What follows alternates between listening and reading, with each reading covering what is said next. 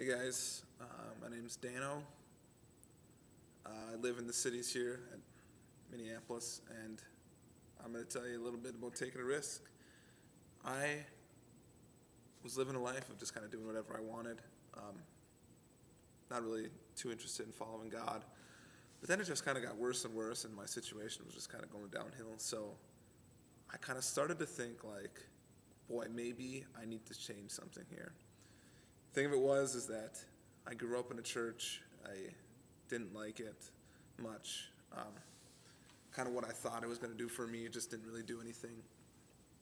And so the thought of going back to church, the thought of entering into like a Christian faith kind of atmosphere just freaked me out a bit. And am I going to have to kind of just change everything about who I am, even the things that I like, even the things that I've kind of gotten used to that aren't really bad? Am I going to have to change all that? So my sister-in-law, Nikki, who you guys know, she asked me to be a drummer at this Unchained thing. You guys do the Unchained thing. She obviously didn't need a drummer. She just wanted me to kind of check out Jesus. So I showed up. I played the drums. I rocked the house down to the ground. But then during the Unchained, when they do the prophecy part, I'm sitting in the back hoping that nobody calls on me because I didn't really believe this stuff. But then this girl who was on the prophecy team says like, yeah, you, homeless looking guy in the back. Yeah, you, yeah, homeless looking guy. I think God is saying to you, I know you're freaked out. I know you're on the fence, but you don't have to be afraid. If you commit to me, if you check me out and give in just a little bit, it'll be way better than you ever thought it was going to be. You don't have to be afraid. And she actually said that worship was how I'm really going to access kind of experiencing God. And so right there I had to make this decision. Do I want to take this chance of going against what I think it's going to do, or do I want to actually...